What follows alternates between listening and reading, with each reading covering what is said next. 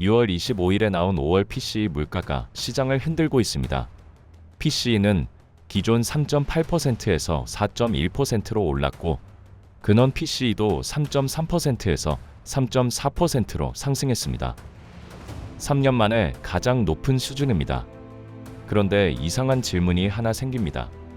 이런 물가에서 과연 케빈 워시는 금리 인하를 할 수 있을까?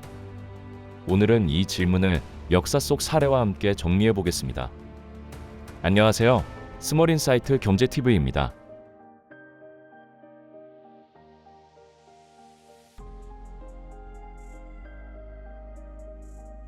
1970년대 미국은 월남전으로 막대한 전쟁 비용을 감당해야 했습니다. 돈이 필요하니 달러를 많이 찍어냈고 달러 가치가 떨어지자 수입 물가가 오르기 시작했습니다.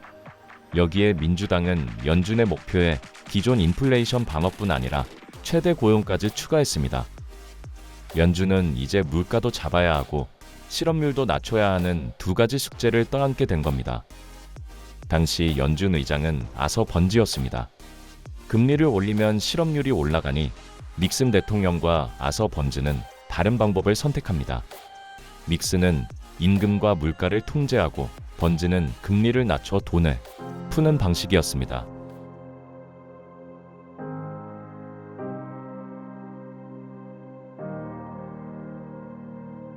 하지만 타이밍이 최악이었습니다. 중동 산유국들이 석유 수출을 줄이면서 유가는 배럴당 3달러에서 12달러로 4배나 뛰었습니다. 곡물 가격도 함께 올랐습니다. 그러자 아서 번즈는 새로운 해법을 찾습니다. 금리를 더 올리는 대신 가격이 크게 오르는 항목을 물가지수에서 빼버린 겁니다. 식품과 에너지를 제외한 물가지수, 바로 근원 CPI입니다. 물론 표면적인 명분은 있었습니다. 일시적으로 튀는 가격은 빼고 물가의 기본 흐름을 보자는 것이었습니다. 하지만 결과적으로는 높은 물가를 낮아 보이게 만드는 효과도 있었습니다.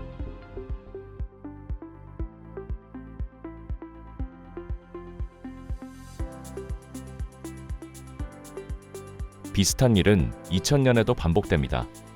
그린스펀 의장의 연준은 CPI보다 PCE를 더 중요하게 보겠다고 선언합니다. 명분은 있었습니다. PCE는 소비자가 비싼 물건 대신 싼 대체재로 갈아타는 효과를 반영합니다. 그래서 CPI보다 현실적인 소비 패턴을 보여준다는 논리였습니다. 하지만 중요한 건 결과입니다.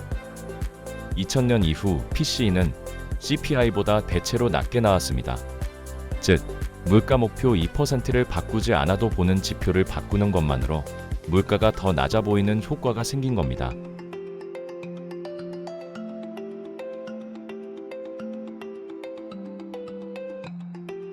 이제 이야기는 케빈 워시로 넘어갑니다. 워시는 근원 PCE만으로는 부족하다는 의견을 밝혔고 절사평균, 즉 트림드 에버러지를 선호한다고 말했습니다.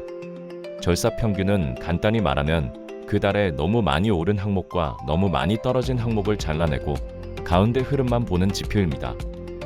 근원 PCE가 식품과 에너지는 무조건 제외하자는 방식이라면 절사평균 PCE는 이번 달에 유난히 튄 항목을 제외하자는 방식입니다.